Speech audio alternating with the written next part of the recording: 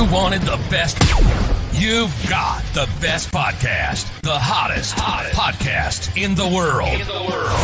The Chris Voss Show, the preeminent podcast with guests so smart you may experience serious brain bleed. The CEOs, authors, thought leaders, visionaries, and motivators. Get ready. Strap yourself in. Keep your hands, arms, and legs inside the vehicle at all times, because you're about to go on a monster education roller coaster with your brain. Now, here's your host, Chris Voss. Hi, folks. It's Voss here from thechrisvossshow.com. There you go, ladies and gentlemen. There are latest things that makes it official. Welcome to the big show. We certainly appreciate you guys having us. As always, for 16 years and over 2,000 episodes, we've been bringing the Chris Voss Show, and we'll just keep right on doing it because, damn it, you can't stop us. I don't know what that means. Anyway, guys, be sure to refer your show to the show to your family, friends, and relatives. Go to goodreads.com/Chris Voss, LinkedIn.com/Chris Voss, Chris Voss 1 on the TikTokity, and all those crazy places on the internet. Today, we have an amazing young man on the show. We're going to be talking with Eddy Smits. And Eddy has a book that came out in 2015 called Model C, which has an amazing story we're going to be talking about. I think you'll be inspired by what he has to say today and what's inside his brain. His brain he'll be sharing and all that good stuff. I don't know. That's the first time I've referenced someone's brain on the show. I don't know. Oh, really? Yeah, we're just gonna have his brain. We're gonna remove it, Eddy, and just talk to it. Like I think isn't there a cartoon show about the future where they have just brains in jars and shit? Yeah. Eddy Smits is a TEDx public speaker and author and a licensed NLP practitioner. He is a certified management drives trainer, a certified cognitive behavioral life coach, and a certified master mindset life coach. He also has a bachelor's in pedagogy, which I believe is pedagogy. That means he pedals bikes? No, what is peg? Close. You're close. No, it's actually educating children. That's the art of educating, actually. The art of educating. I love that. Yeah. My mother was a teacher. But it's teaching, actually. Yeah. And we'll get into it. He was a professional clown for 22 years and helped inspire a lot of people. I'm an unprofessional clown for the last 16 years on the podcast. As a hospital clown, he visited more than 10,000 sick and palliative children. To do this job, he had to display extraordinary leadership. He also became an expert in authentic communication. Since 2012, he's been active in the field of personal development, where he applies an innovative approach to coaching using techniques of a hospital clown combined with positive intelligence to increase mental fitness. Welcome to the show. How are you, Eddy? I'm very good. Thank you. Thank you. Thanks for coming. Me. And I'm really excited to talk to you about this because this is really a heartwarming story that you have. Give me your .coms. Where do you want people to find you on the interwebs? It's easy. It's just eddysmits.com. So that's my website. And you also find me at LinkedIn. But I think, that's two best ways. There you go. So, Eddy, give us a 30,000 overview of what you do there on your website, what people can find you're up to these days. Yeah, well, actually, I've been, it's like you said in the perfect bio of me. So I get all my stuff, still get all my stuff from my years as a hospital clown. I learned so much about people, about myself. And there, at some point, I had the idea of, hey, I'm working here with these children. I'm doing so much for the children, for their parents, giving them extra things in very hard times. I literally performed for children who had a few days to live. Wow. And then I had something. Look, if I can do this job, if I inspire people like that, if I do this, which takes a lot of guts, actually. Why can't I use that in my real life? Or why can't I use that in my business? Or why can't I use it in my family? And it turns out you can. You just need to do the same things, but not as a clown, as yourself, of course. But the techniques you use and the attitude you have as a hospital clown can be used in all other areas of one's life. So that's what I'm doing. There you go. And I imagine it does take a lot of leadership Yeah. to be a clown. I've often seen like celebrities go into hospitals, and I think when we were young, we used to go in and sing. When we were kids, we used to go and sing for, I think, church. I know we did rest homes. I can't remember if we did hospitals, but I've always admired the beauty of giving in that way, and giving hope, because hope is, Yeah. I think one of the greatest things that makes the human race exemplary. I was thinking about this the other day, and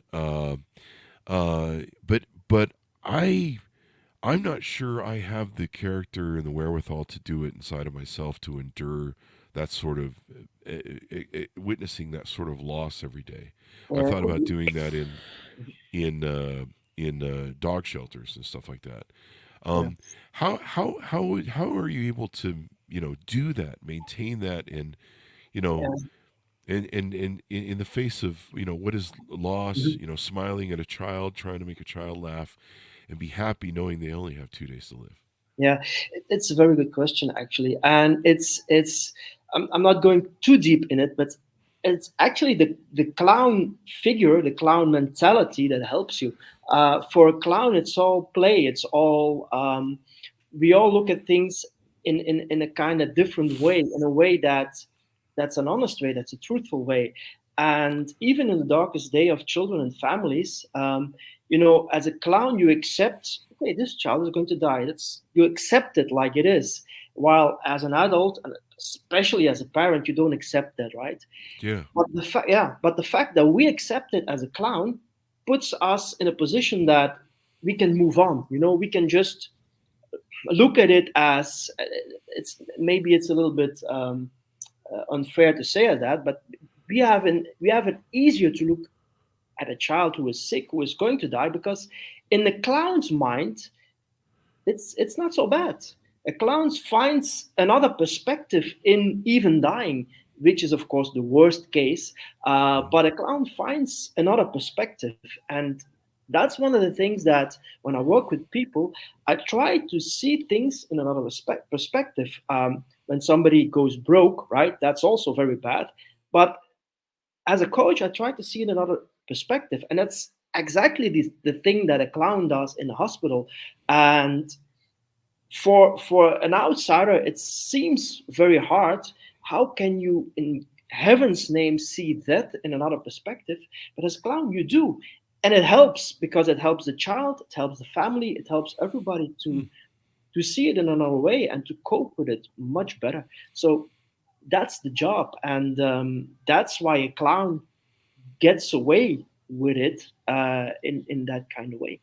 That's pretty interesting. So so would you say it's compartmentalized, where you Um, it's exact for the it's really, you need to accept it first. okay, So because like parents often don't accept it, they sure, fight with it, they are angry with it, which is all normal, of course. yeah, But once you accept it, then you can move on. Once you accept you are broke, then you can figure out a solution how to get past it and how to get better and how to get money again. It's all the same. If you Once you accept that you've broken your arm, okay, now I can learn to write with my other hand, or now I can learn things that will help me to get over that. So acceptance is one, and a clown, and that's the beauty of a clown. He accepts everything. If you say to a clown, "Hey, you look like an idiot," he says, "Thank you." He accepts it, and that's the first step, and that's why we are one step ahead of the rest, actually. there you go. Does recently my dog passed away last week, Hmm. and I knew that that day was going to come, because my uh, in February of 2004, we'd had her diagnosed with leukemia. Hmm. And so we were given about 3 to 4 months. We got about 6 months. It's right now September, for those of you watching this 10 years from now. So um, I've been studying a lot of Stoicism, Marcus Aurelius, Hmm. Hmm. Hmm. Meditations, Epictetus. These guys Yeah, talk a lot about death, Seneca, yeah. and I've been reading about memento mori. And one of the lines you use with me, you didn't fully say it is what it is, but Mhm. you said it is what it is. You inferred that, and which is a line that a lot of people from Stoicism do. Mhm. But studying memento mori, accepting death, Marcus Aurelius's quote, "Death smiles at us. We might as well just smile back," or something to that Mhm. effect. Mhm. Mhm. Mhm. That's really helped me for the first time in losing a pet Yeah. recently, and I've really gotten through it much better. And part of it is because Memento Mori talks about accepting the fact Yeah. that death is natural, death is Yes. coming. You must accept it. Did you do any of that sort of study, or is that kind of a mixed It's thing I there? learned it through I learned it the hard way, because when I started as a hospital clown, it didn't exist here in Belgium. Yeah, you had one organization who was a little bit into it, Mm-hmm. but you guys in America were ahead of us with those things, with Patch Adams and his whole movement. Mm-hmm. But we had to learn it. I know we started with two clowns in the day back in the day, and we knew nothing about it. So, but Mm-hmm. here also the clown helped us because as a human being, you have fear. You don't dare to do things, but as a clown, you just go for it and you jump into it. Often often it didn't work, right? But the more you did it and the more you got into that work, the more you found things that how you could do things and how you could make things acceptable and how you could talk about it. And very often, especially in the last days of the life of children, parents wouldn't allow us with them. Wow, really? Yeah. So it was, and that's why I say we needed a lot of leadership. We had really to convince these parents that we could do good with the children, but actually you don't know. Yeah. Actually, you don't know. It can go either way, but there is the jumping in things, which you need as an entrepreneur, which you need if you want to do things. You just need to jump into it, and once you jump, you can't go back. Yeah. It's like you're at the water at the side of a pool, and you think, "Ooh, the water is cold." But once you jump, yeah, then you jump and you go into it, right? It's not feeling in the water with your toe and with your hands and ooh, no, it's the cold. No, no, no. You just jump into it, and then you swim. You have to, even if it's cold. And that's what a clown does, and that's why you can learn so much from that clown in real life, because most of the time in real life, if you think too much about things, we're not going Mm-hmm. to do it. Yeah. But if we jump into it, yeah, then we're in it, and then when challenges and problems come to us, we will solve them. But we can only solve them when you're in the water. I always say to people, you only can start to swim when you're in the water. You can't swim when you're out of the water. So yeah, There that's you a little. go. Yeah. You know, I've got kind of a comedy brain. Some people think I'm funny. I think other people think I'm just stupid and it's funny. But both work. I'll take both actually. Absolutely. Uh, so I remember, one of the ways that I react to dark moments when I Yeah. have some sort of clarity is with comedy. Mhm. So, I mean, even now, right now, I'm suffering with COVID. My dog just passed last week, and I started writing COVID jokes today. Mhm. Like, what's funny about having COVID? That's what I'm doing today. And I Yeah. started writing jokes in the morbid sense of it. And then yesterday I wrote, let's see, I lost my dog last week. I've got COVID this week. My other dog's sad. I'm quarantined. Sounds like I'm in a country song. And people on my Facebook are like, "Are you okay? Uh, You should really be in some serious pain right now." uh, And years ago, I remember my father. He started having his heart attacks, his strokes. Started that decline, that thing where you're coming to the end and everything's going off the rails. And he hated being in the hospital. He hated doctors, and he loved life, and he loved his family. And I remember he had one of his massive strokes. It was one of his last ones. And he called me, or I called him. I think I called him from the hospital. And I talked to him. And from the moment he picked up, I could hear the terror in his voice. He was scared. yeah. And my father was a bit of a narcissist and didn't let off a whole lot of emotion. But I could tell he was scared. Mhm. And he sounded just really like in fear. And so I started telling him jokes. I just went right to it. I didn't really think about it. It was kind Yeah, of my way of dealing with it myself. So, as a comedian, I kind of process yeah, that in a way of trying to turn that around. And so I started telling him jokes, and he drugged for a little bit, but then he started laughing. I was joking about, oh, are you hitting on the nurses there? You asked anyone out? How's that going? He's married, so. And I started joking about hospital food, just stuff you can do off of the thing.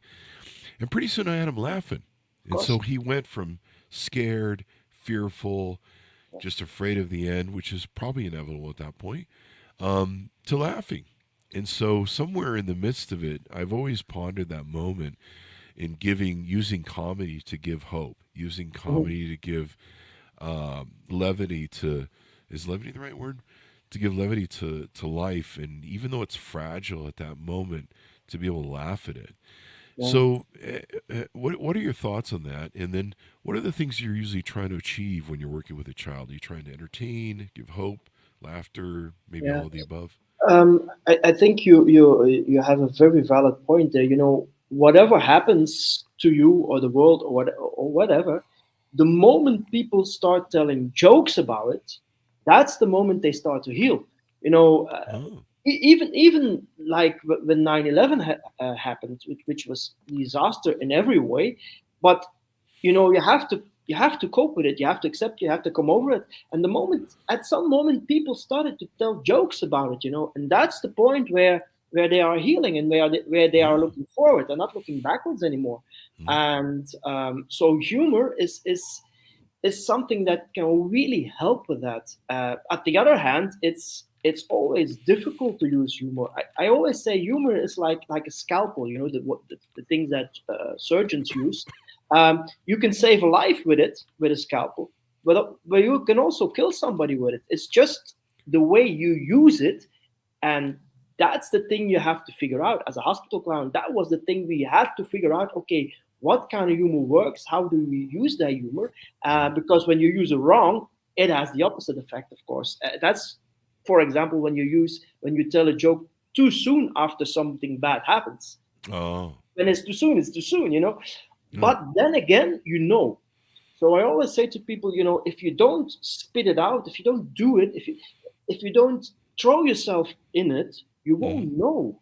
And here again, the clown doesn't have a fear of that. He just jumps, even if he smacks his face into the wall. Doesn't matter. Picks himself up and he goes again. And even if he goes again to the wall, picks himself up and goes again. And he tries and tries and tries until he finds something that he can work with. And and that's with all things. That's with the people that I work with. Also, sometimes we do something and it doesn't work. Okay, then we use the next thing. That doesn't work. We use the next thing and the next and the next until it works. And at some point, it will work. And the longer, to go back to the clowning, the longer you were in the clown, the more experience you had, the sooner it worked. I could, at the end of my career as a clown, I could go mm, into a room and within 10 seconds, I would have the kid laughing, jumping in bed, whatever he had. wow, yeah, Yeah, because you see the surroundings, you see the parents, you see the look at the kid, his face. So you take that all in very quickly. Where in the beginning, you need to try out things, but at the end, you come into a room and it goes really fast. But there is always a way in, and that's the important thing a clown does. He connects, and the moment you have that connection, mm, you can do anything. And connection is the beginning of communication, and from there on you go. there you go. So tell us, how did you grow up? What influenced you? How did Yeah, you get into working as a clown and then into the hospital field? yeah. So I'm from Belgium, grew up there in a little town. I had a great parents. I had a fine childhood. I played a lot, and for me, trouble, and with trouble, that's good trouble. Started when I ended high school. That was at 17, 18 years old. I really didn't know what to do, so I studied for a teacher, and but in that period, um, it was a little bit dark in that way that I had a great thing of why are people so mean to each other, and I also had a thing about this stuff. I still have it, dishonesty of people. I couldn't figure out why are people not just honest about things. Hey, you want to go for a drink? No, no, I can't because. Why don't you say no? I just don't feel like it, or why don't you just say the truth? And that being said, I was a teacher for a little while, and I couldn't cope with the whole structure. I wanted to be more creative, and at that point, I got the idea. I found myself always happy when I was playing theater. When I was performing for people. So I started my own little theater, children's theater. I even started with puppet theater. Um, Hmm. yeah, but at that point, that wasn't really commercial anymore. There was not much demand for puppet theater, so I needed to come up with something that intrigued children and yeah, that was connecting with children. And in that period in Belgium, there was a clown on TV, and he had great success. Oh. And that triggered me. I said, "Okay, what's the thing with this clown thing? Why does it attract children?" And that was the point where I went into it, and from there on, I threw myself completely in clowning. I worked with very good clowns. Then I got the opportunity to work in hospital, and that was, and learned and learned and learned. And the beauty of clowning is you start with the red nose and with the paint and with the red shoes and with all this stuff, and you end up at the end of your career just a little red nose, just a little bit red on your nose. That's it. So you find out that it's not the red nose and not the clowns and not the thing that makes the figure attractive. You find out that what's behind it that makes it attractive. And once you figure that out, I think then you're on a good path. It's more. It comes from the inside. It comes from a deep desire of inspiring and helping people. And from there on, that's what clowning is actually. You want to help people, you want to inspire people, you want to tell the truth, but you are telling it in a way that you can get away with it. In old Middle Ages, clowns told the truth about the king and about the queen, and they got away with it, right? Because they Yeah. did it in a They way were the that only ones that that could, they were basically. laughing with it, yeah. Yeah. And that's also what intrigued me, and still to this day, I'm straightforward. I will tell you the truth, but not many people can cope with the truth. But you need the truth to go to the next step. If I'm in a coaching conversation and I say, hey, you have to do 10 calls a day, and you're not doing 10 calls, you only do two. That's just straightforward. You have to do 8 more calls, period. Yeah. And it's not, hey, maybe, yeah, I know you had a bad day, and so it's okay, but no, no, no. You just tell you did two, you got to do 10. So tomorrow you'll do 10, okay? And it's all that what keeps me. I'm I call myself still a clown. Most people don't understand that, and they think clowning is all about being funny and being.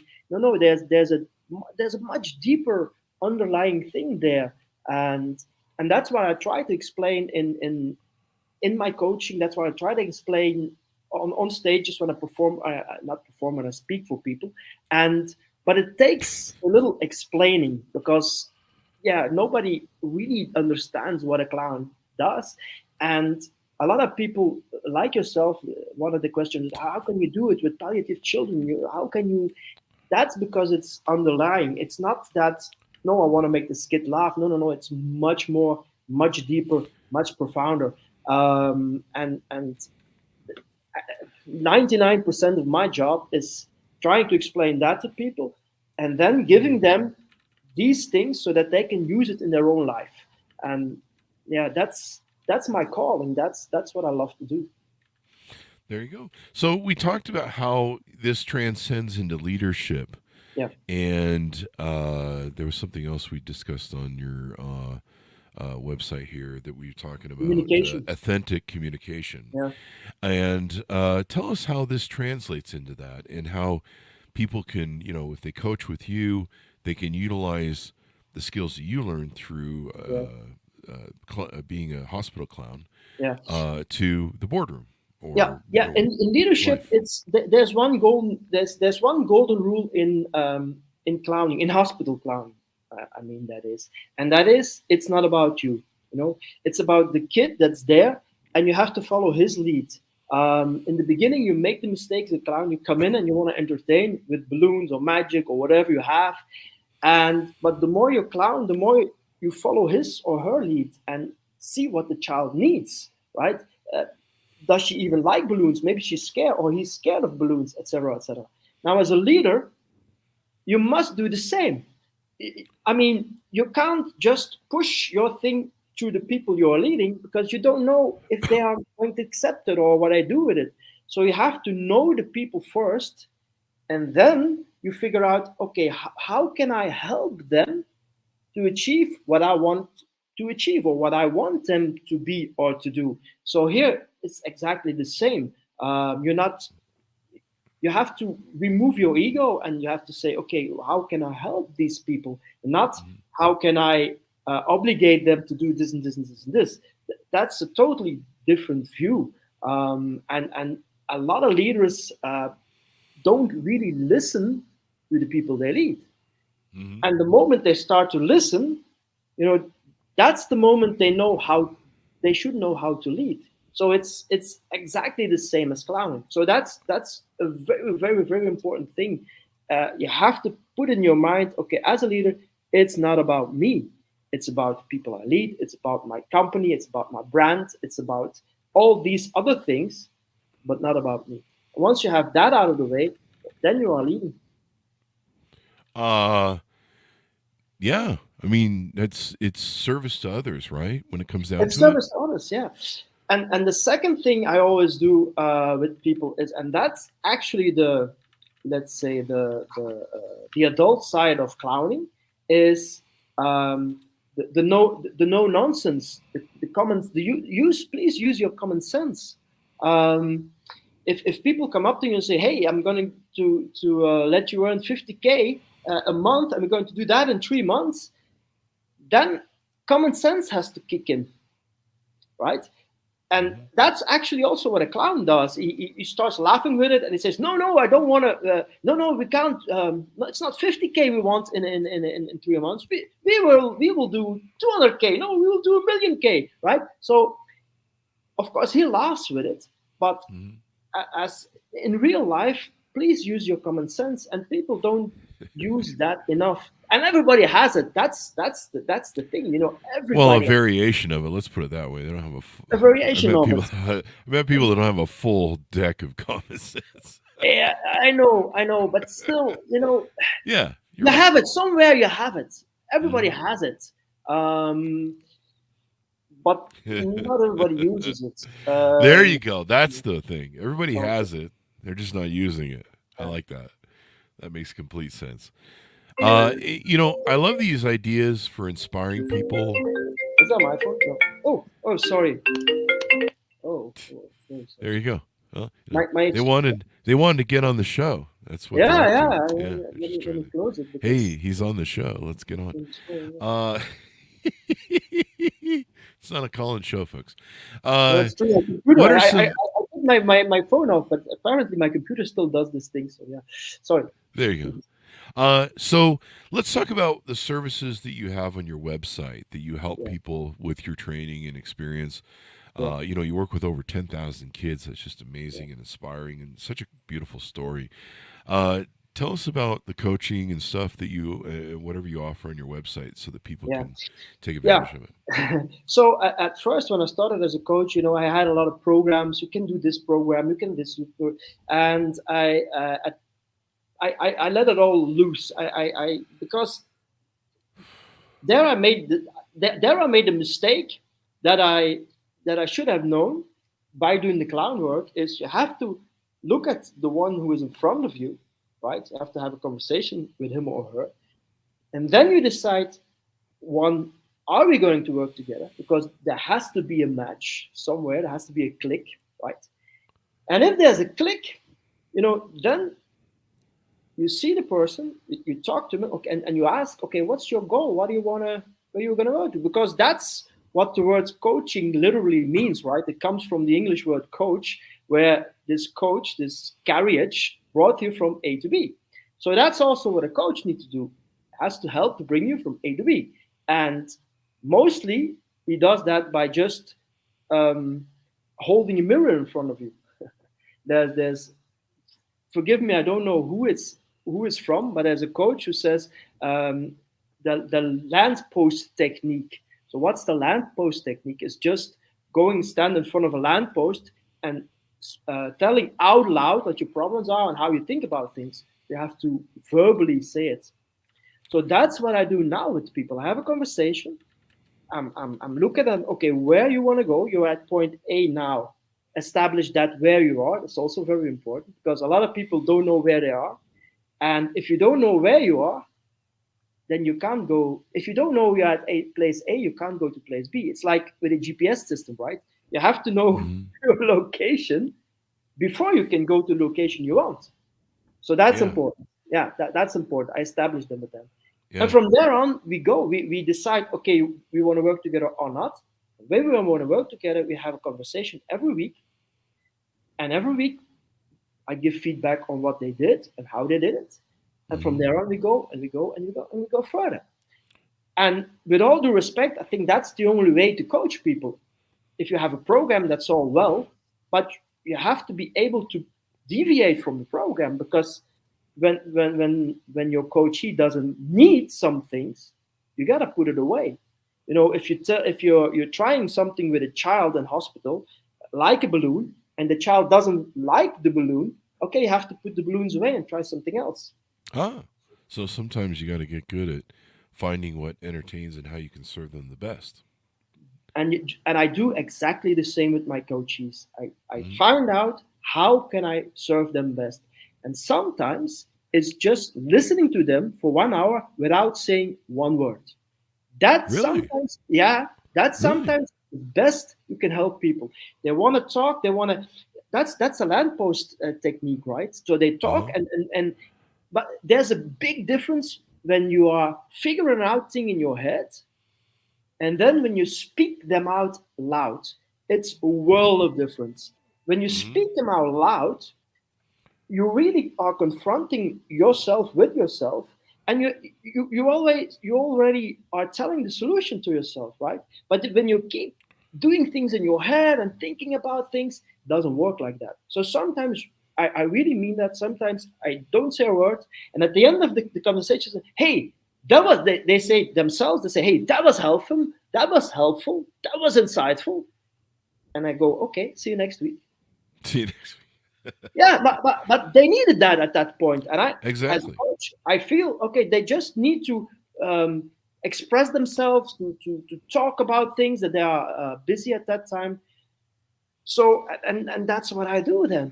Sometimes there are some exercises that I do with them. So you have to feel, you have to see, you have to connect with them and see what they really need. And at some point, they need this. The next week they need something else, and that's why I don't keep fixed programs anymore, because you don't help people. Some people you help very good, and others you don't help with fixed programs. So that's the work. That's how I work at this point with a coachee. And I realize that it's very hard to sell, but I'm doing it anyway because I know that's the best way to help people. There you go.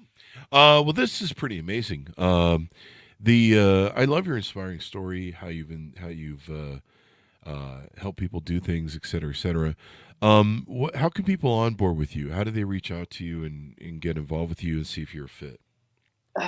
Just through my website. Do me an email, call me on WhatsApp, whatever. We'll have a conversation, and that conversation is just a conversation, and from there we will work. We will see if we are a fit or not. Sometimes they really want to work with me. Yeah, I want to work with you. Want to work with me?